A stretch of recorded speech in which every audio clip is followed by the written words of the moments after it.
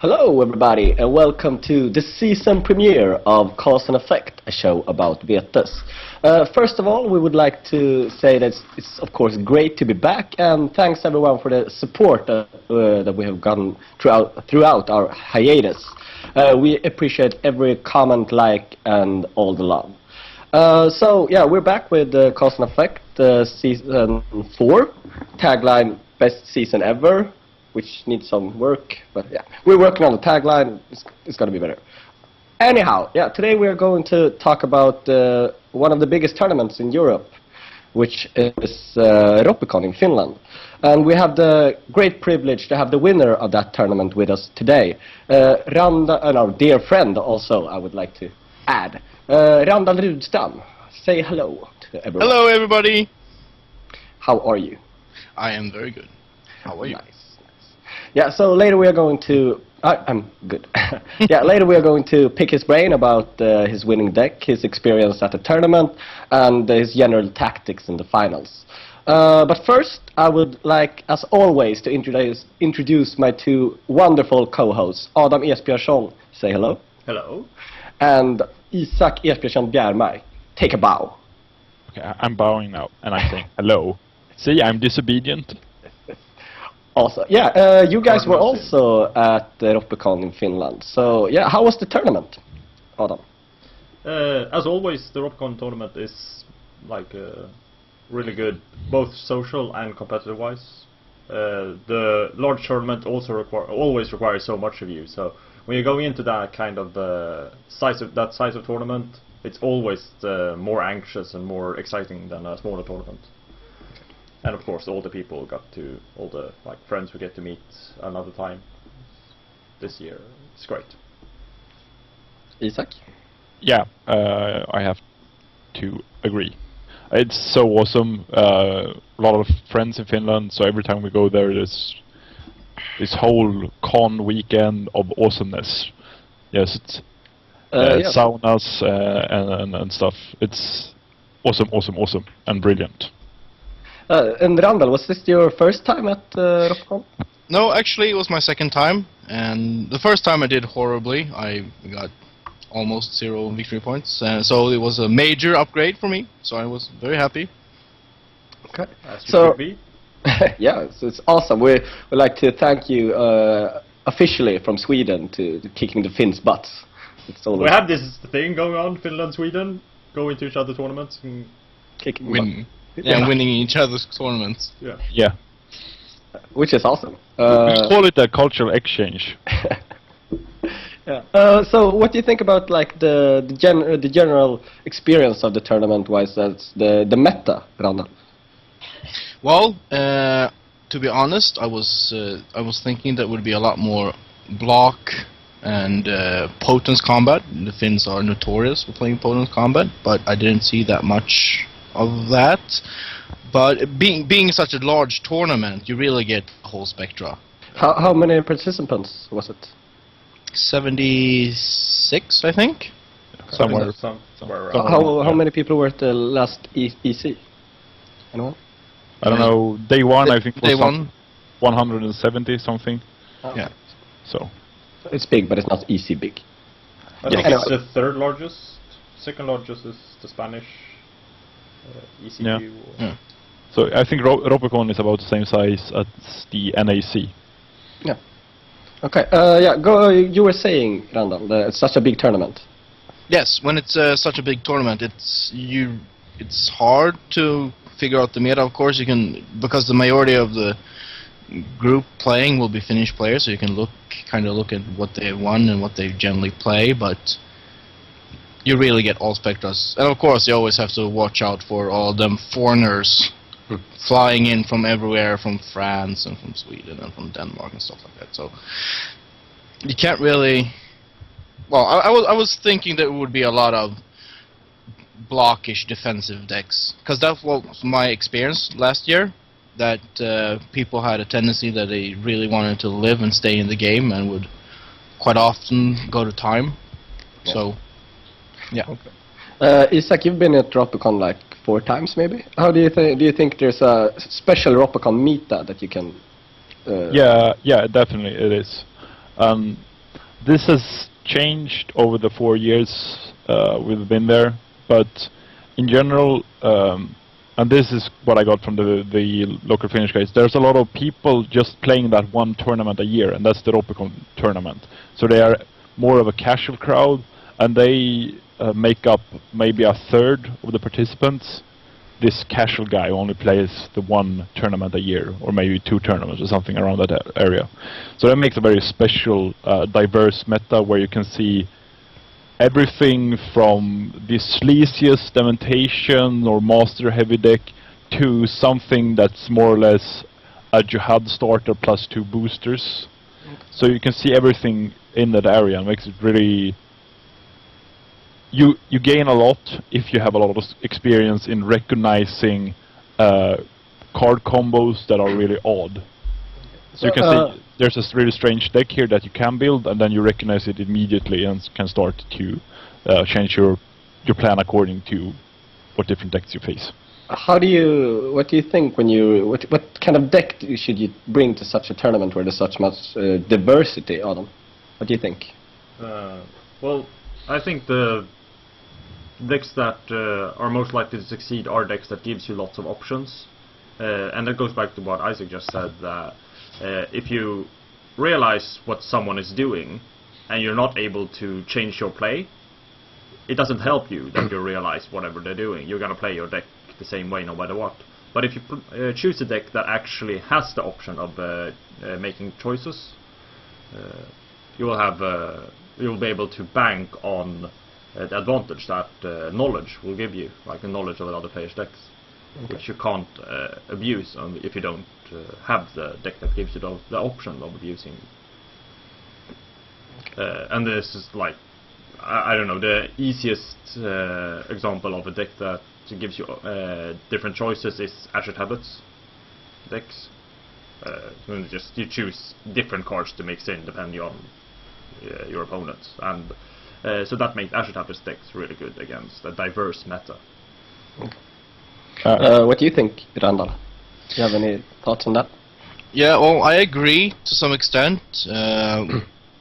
Playing slower, toolboxier decks, which is also a way to diversify, being able to diversify in a really streamlined tournament could be really bad, because then you quite likely will be run over. But when, as Isaac said, a third of the participants are once per year players, and you get a wide variety of decks, which isn't as fast or competitive as most tournaments in Sweden, for example, who are very fast and competitive, you get room to play more toolboxy, and Asher Tablets gives you that option as well. But I don't think that Asher Tablets is a great example, but it's not the only example. No, of course not. There are lots of... It's like you hate toolboxes, so what do you think? Yeah, I hate toolboxes.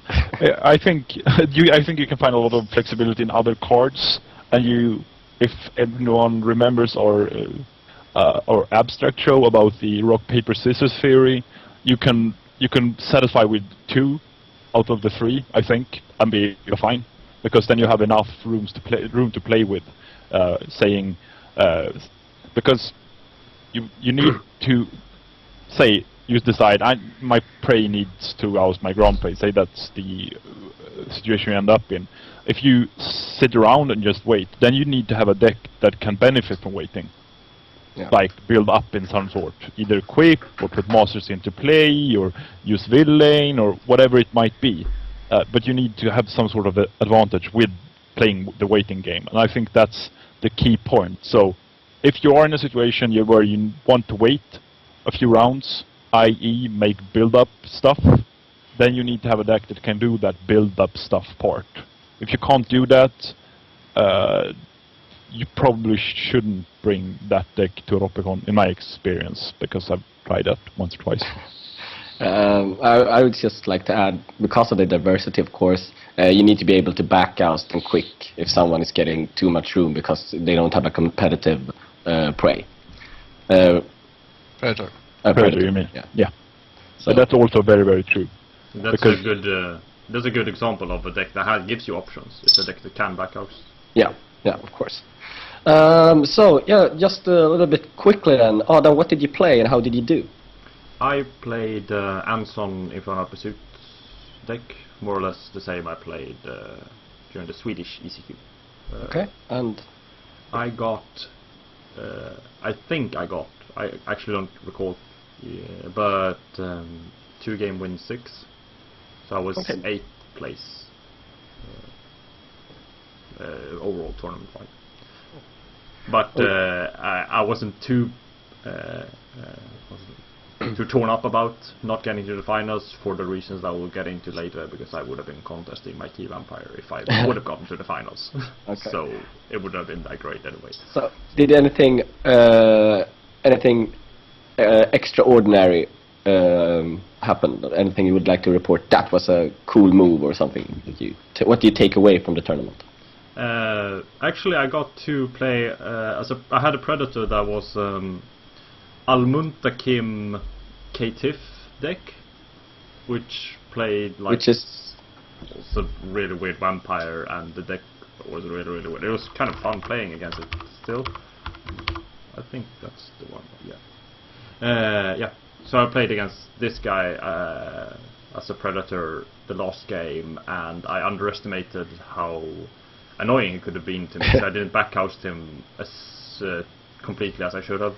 okay. And that made for a really hectic last game for me.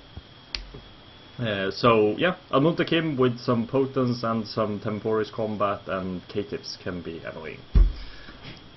Which Cool. I actually didn't know before the tournament. So yeah, that was an eye-opener. Yeah, that's cool. Cool move. Isak, There you go. what did you play and how did you do? I played a Shambling Horde deck. The speedy one? Or Yeah, with so- burn option allies, i.e. Dragon soft foot, Yeah. and kind of heavy on dominate, and it's only a 60 card deck, so it's really streamlined. And since it's necromancy, it has some problems when you face block, and I did face some block, not overly much, but enough to have an issue with it. So, how did you do? I did really bad, like Yeah, kind of figures with that whole speech about 1.5 blocks and or- looking disappointed. yeah, 1.5 or something. I don't remember exactly, but just a few points. Okay. But Toolbox. the best part was that I got ousted by my wife, so Oh, that's Ah. doesn't feel as bad losing to your wife. okay. So, did you bring anything from the tournament? Any special shit that you saw? No, not really. Some dealing we made on a table with Enkelkog auto turn paired shift. Because what was a deal about getting pull from my Predator before a villain, something like that. So the guy needed to do an Enkelkog auto turn so he could villain as well. Because if he'd villain first, he'd go on too high pool to be able to parrot shift. So some sort of I'm dealing sorry. that way. It's really hard to explain, but it's kind of cool when it happened. Okay. I'm sorry. It's okay. There's a lot of it's almost the same thing explaining a deal as describing a dream. It was all of these things happened and I didn't know when people had done stuff. And Yeah, but the cool part wasn't the dealing. Maybe the cool part was the like villain Enkelkog paired shift trick, which is somewhat obvious, but yeah. yeah, that's Anyways, that's all I got. okay. Cool. Yeah. So now for the main attraction, and also a very attractive guy. Yes. Randal, what did you play? I played a version of a deck that's been played quite a bit in Sweden called Geezers Will Find, which is a version of Girls Will Find, the bleed version, which is a version of Council of Doom. Okay. Yeah. So for those that doesn't know what it do, can you just explain it? Yes, Two sentences. it's a sneak and bleed with inner circles. So what was your tactics going into the tournament? How were you going to play? Well, as I said before, I was expecting quite a bit of block and quite and a little rush combat, and playing big caps with a lot of obfuscate, and a lot of block fail. You can play approximation of loyalty, for example. I don't think I do that now, but you can play hide the mind to cancel redirects, and also you play obedience, which is quite useful because I was dreading the potence combat, so my majesty wouldn't work. So I chose obedience. Okay. Anything cool happened on your way to the final? Yes, actually. In one of the games I was playing, there were 3 players that took a lot of time, and I was quite stressed because I needed to get a lot of points in that game. So I went down to 1 pool, bringing out Urshulgi. Because I had 4 reaction cards in my hand and my Predator didn't have a Vampire left because of his Grand Predator. So I felt quite safe, but I still went down to 1 pool, which is kind of risky because my Prey was playing a vote deck. And what happened is that my Grand Prey was playing Amaravati, which utilized Hakim's Law to gain... No, Kabar. No, it's Hakim's Law, right? Hakim's Law Leadership. Yeah, Hakim's Law Leadership for pool gain, and then one of his first actions was playing Hakim's Law Leadership to gain 2 pool, and I just told him, well, I think Urshulgi is way older than Amaravati, and I took my 2 pool, and he looked really, really sad. You looked really, really happy? Yeah. I looked very, very happy. So it's a common read the cards and look at the table situation. Yes. Matching symbols and all that. Well, you know, I played a tournament as well with that. Urshugli stole pool with Hakim's Law Leadership, so apparently it's common. Okay. So if you play Urshugli, you're probably gonna get pool for Hakim's Law Leadership. You can probably count on This is that. true. you should But, probably... You sticking to that story, you could probably count on it. yeah, you should build a deck around it, so it's okay. I managed to sweep that table actually, and that was that sweep that took me to the final. So it was quite nice going back to 3 pool from 1 pool. So we should Good. shout out to that guy. That was awesome. Thanks a lot. Very nice. I'm sorry. It could happen to me any day of the week. I'm really bad, also. So you shouldn't feel bad. Anyway, So the finals. Let's jump into them. Well, who were the decks and such? We have some seating arrangements made up. Yeah, we have something prepared, right? Yeah. Yes. I'm just like a TV chef. Yeah. Okay, so here we are. Yeah. You want to go through this, Randal? Sure. To begin with, I had 2 game wins and 9 victory points. This was also true for both Michael and Alexi, but I had better tournament points. So Michael and Alexi sat down, and then I chose to be Michael's prey. Michael is another Swede, and we've played a lot together, and I knew his deck because I won the NAC day 1 with a similar deck. But I knew he ran quite a bit of protected. He has bragging rights, so Yeah, you do. I just think that's appropriate. Yeah. Yes. But he plays quite a bit of protected resources in his deck, and me playing single vampire heavy bleed deck, I didn't want to bleed into him. Yeah. So that was basically what I was thinking, that Michael cannot be my prey, because he's a very skilled player, and getting an early enough protected resources, he'll be able to gain foot ground and back out me, which he probably would have done because he needed to do that. And you know, so that would have been bad. Yeah.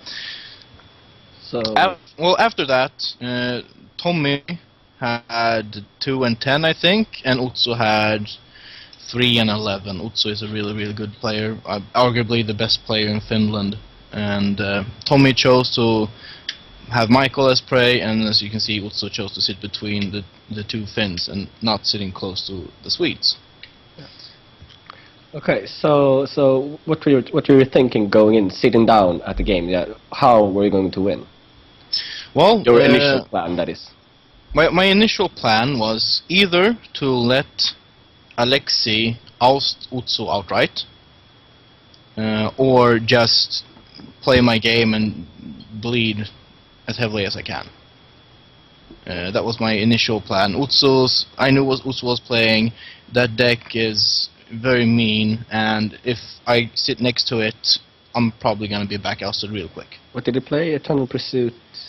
Anson, Azure Tablets with Yeah. Infernal Pursuits.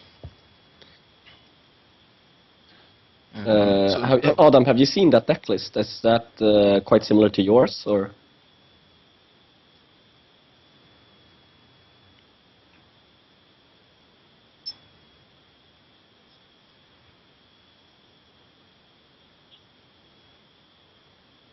Okay.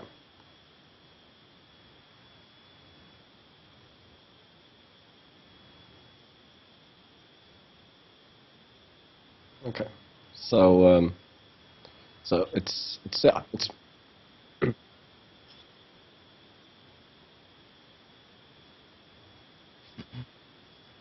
Oh, okay.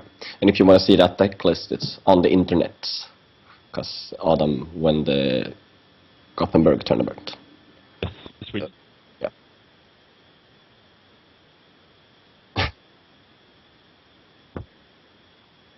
Yeah. I mean, if you're playing Anson, you should suit yourself and just shut up. Yeah. Adam, they're telling me in the chat that they can't hear you. Okay, sorry, there was some technical difficulties, as we call it in the production. You mean you didn't press on? I didn't press the on button. Yes, that's normally what technical difficulties mean. Okay, I quick have a recap. question. What did you say? I just talked about Utsu's deck, how it differs from my deck. His deck is higher cap vampires with crypt acceleration, and my deck is lower cap vampires with no crypt acceleration. So he has lots of princes in the deck, and I think that's the biggest advantage. He can have 3 princes in play, quite likely. Okay, so I yeah, have a question for Randy. Yes? Did you know what Tommy and Alexei played? I did not know what Alexei was playing, but I knew what Tommy was playing. Did you have any indications at all of Alexei's deck? No, actually, but by then, well, I can actually take it right now. See, the finals started at 1 o'clock at night, because the tournament started at 6 o'clock in the evening. So by then, it was all gut feeling and, you know, go with the flow. So I knew what Mike was playing, I knew what Utsu was playing, I knew what Tommy was playing. I had no idea what Alexei was playing, and I was figuring, well, I'll find out sooner or later, because I didn't really have a choice anyway. Did you say to yourself, this guy looks easy to oust? Was that what you were thinking when you saw him? No, I was thinking Michael looks really hard to oust. I think I will not try to be his predator. But, yeah, so what kind of daughters deck was it? A very aggressive vote deck, yeah? Yeah, lots of Lily Preludes. I was hoping for Shattering Crescendo, of course, but that's hoping too much. Yes. I think it's just, he turns up any daughter and then he starts doing 4 pool damage per action all throughout the game. Mm. I think That seems fair. it's a good plan. Yeah, I mean, Go on, Randal. yes. So yeah, he was playing quite aggressively. Do you want me to talk a little? I'll talk. So I mean, How did it play? Okay, so your plan was. Yeah. Initial plan was not. My plan was to, because I knew Utsu's deck would rip me apart if I got close to him. So I was quite happy that he didn't sit close to me. I think he was afraid of playing close to me or Michael, but I don't know. So, but what happened was that Alexei's first discard, his first turn, was a protected resources, and I was kind of happy with that. And then I was just thinking, well, now I really have to oust him quite quickly, because if he runs protected resources, he probably runs more protected resources, and I need to get him out before he can get another one into play. So that's what I made up my mind on, you know, just shooting for ousting as many as possible. Okay, so it's really luck more than anything else that he actually discarded protected resources early on. Yes, that was quite lucky. I don't know I didn't ask him what he was thinking. It was, as I said, it was quite late, and afterwards people kind of wanted to get out of there. Yeah, it was quite late because the tournament starts at something like 2:30. Yeah. Or something Yeah, like the that. final. Yeah. So. So how did it fold out? Did you?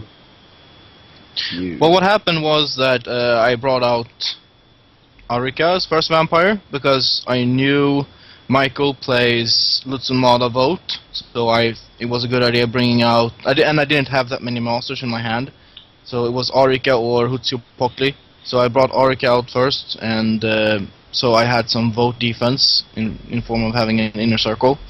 And then I bled Alexei for, I don't know, 6 or 8 or something with Orica, and he was swearing that he threw away his protected resources. But a few key moments as a spectator, and also a spectator looking at your hand the entire game, is when you decided to go for early Asher Tablet play with no multiple monster phase actions, knowing that Utsu was on the table with Anson and Asher Tablets as well, and probably playing more Asher Tablets than you did. Did you have any rationale for doing that, or just like, I was thinking like screw this. it, I play this? I was thinking like this, that I know Utsu plays more Asher Tablets than he plays more access to his Asher Tablets. But if he chooses to trigger them too early, they won't help him more than pool gain. And I play less masters than one normally does, and therefore more minion cards. So I know that the deck can remove the Asher Tablets and still be a very, very functional deck. So for me, I think I played him to stress him a little bit with the Asher Tablets, and then it followed out that I actually beat him in the Asher Tablets race, because when he played his Infernal Pursuits, his hand draw wasn't that great, and he couldn't follow up. And also he didn't play Anson, so he didn't have multiple monster faces until he played Parthenon. Yeah, so you ousted Alexei, or what? Yes, I did. The first oust. The first oust was me ousting Alexei, and I played Antelios, and he used one monster face to pick protected resources back up into his hand, and then I bled him heavy again, and then he used it to play one, and then he went down 2 pool, but by then I had Enko Cog and I ousted him in his own turn. Okay, cool. This time we were supposed to put out the X's on the ousted people, but we're having some technical difficulties with that, so just you guys can imagine a big red cross over Alexei. Yeah. So, but another thing, I don't know if you mentioned it, but you got an Enkel Cog on Arika pretty early. Say the first or the second bleed. Yes? Kinda key, I would say. Yes, it was very key for the... Because not only did you get the Enkel Cog early on, you had like only 1 or maybe 2 turns without Metro Underground as well. Yep, that was very good. Then it just goes to show how incredibly strong that combo is. Not just having, correct me if I'm wrong, you just have the 1 copy of each. I only have 1 copy of each. It is a very, very strong combo. Okay. Yeah. What happened next? Then you were facing Otso, your biggest fear. I think something that is quite interesting that worked out well in Randy's favor was how much damage Alexei actually did to Utsu before that. Yeah. This is true. Which it's a really aggressive deck. In which round did you oust Alexei? I honestly don't remember. I think it was the 5th. Yeah, 5, I'd say, as well. Something like that. The 5th. And but he got ousted by Enkel Cog bleed. Yeah. Yeah. Okay, and then you're facing Otso. Yeah, well, what happened then was, as I suspected, Otso played Haven Uncovered on Arika and just tore her down, basically. I had an Unleash Hell's Fury in play. I didn't even bother to block with it because I knew that, I mean, he would torpor Aurica. So I just let him do it. Because from then on, I was thinking that both Michael and Tommy kinda needed me to oust Utsu, or at least soften him up very much, for them to be able to handle him later on. And what happened then was that Tommy took the decision to fetch Aurica from torpor because he needed the pressure on Utsu, so Utsu wouldn't go forward. Yeah. So at in this particular moment of time, you have Husipoxley and Aurica in play, Yep. and Tommy cross-table rescued you, Yes. and Aurica ending up on 0 blood, but in the red region. But in the red region. So how did you oust him, or what happened? Yeah, what happened was, well, I was all this time I was getting a lot of damage from Michael because he plays a good aggressive deck, and he was parity shifting the shit out of me. Well, that's not entirely true. He wanted to parity shift the shit out of me, but he was doing other types of damage. He brought me down to 1 or 2 pool a lot of times. But what happened was that when it came around, well, I can't remember exactly which turn it was, but I hunted with Aurica. The turn came around where I used my Metro Underground to untap her, and I had by then triggered my Asher Tablets. I had 2 Obediences in my hand. I had Unleash Hell's Fury. Utsu had 3 minions. He rushed me with all of his minions. The first one Obedience, the second one I played Unleash Hell's Fury blocked, sending I think Volker to torpor, and the third one I played my Obedience again, and he was tapped out. In his turn I bled him quite heavily for 6 or something, and coming around he was in ousting range, and that was quite a key moment. Was that the tipping point of the game? Yeah. You would say? I would say that was one of the tipping points of the game. There was Utsu's pivotal point, because Yeah. you still That was- had problems in the 3-player game. Yes.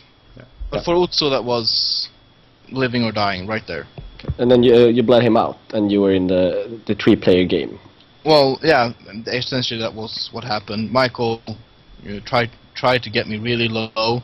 I think he wanted to get me down to 1 pool and not ousting me precisely so I could take Utsu, but Utsu was also quite low on pool. I think I don't really know what he wanted to do there.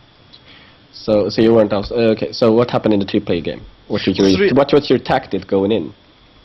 Well, I had 2 victory points, and I'm playing a quite fast aggressive deck. So did Alexi, so did Tommy, so did Michael. So not a lot of time had gone. So there was no option in me trying to win by timing out, which is really not a good way to win anyway. So I really had to take another point, basically. So I was assessing the situation all the time. How should I take another point? And Tommy had bled really heavily into Michael, so Michael was in a win or die situation there. But this was the moment where Michael played a parity shift, yeah? Yes. So this is what happened. Another one of the turning points. Michael plays a parity shift, which essentially would have ousted me, given. Well, that actual parity shift wouldn't have ousted me, but given another action. Okay. Yeah, because I would have been ousted. Yeah. So, and Tommy made a deal in DIing the parity shift for a bleedless round. Okay. And I took the deal. Now the big question. And? Did you keep it? I held the deal. Oh! Oh my god. And for several reasons, because holding deals is a good thing to do. And also that I had already bled Tommy, and he had deflected into Michael. I had a spying mission which I played, but that wouldn't, because he had protected resources, he wouldn't take only 2, but still Tommy had by then maybe 5 minions or so. So I held the deal because I did not want to risk a deflect into Michael again. And I villaned quite heavily, and getting prepared to meet Tommy in a 2-player game. Another thing with not choosing to break the deal, because they were both at 5 pool, so deflection would have killed any one of them. But the main thing I think which is smart in keeping this particular deal is we that have to add something here. The turn Michael did not be able to play his parity shift, he bled with all of his minions he bled with Lutz in an attempt to cycle stealth and gain another parity shift, I think. So and he bled, I deflected, I didn't get it back. So because I think I would have been ousted then, and Tommy did not want me ousted. Okay. It was a bleed of 3. Tommy chose not to block, chose to let Michael has his stealth clogged hand and take the 3 bleed, and then Michael lost the protected resources. Yeah. And thus he was in ousting range from Tommy. Yeah, but what I think is really clever with you not breaking the deal is that in the case Tommy had deflections on hand, because he had shown, and at that moment of time, he had shown a low amount of bleed cards, so then it's likely that he has some deflections on hand.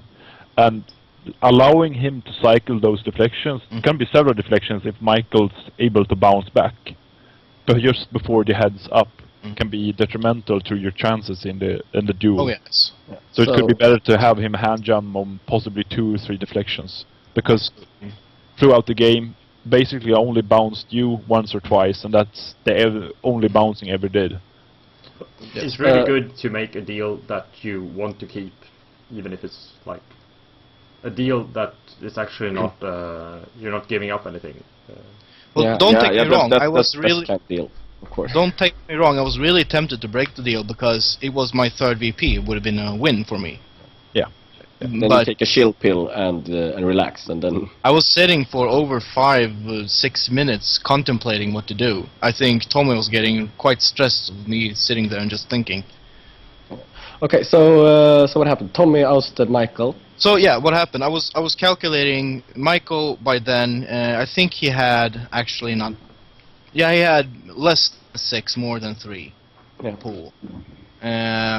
Something to that effect. So I was thinking that Tommy has 5 minions. If I don't bleed, Tommy has to at least use 1 action to oust Michael, at least. And then I had something to the effect of 10 or something like 10 pool, and then Tommy has to oust me with 4 minions, who all of them had 1 blood each, to do then 10 pool damage. Which is not a hard thing to do if you play Dominate, but that was what I was thinking. I had to go that way. Okay. So you bled him. He bled.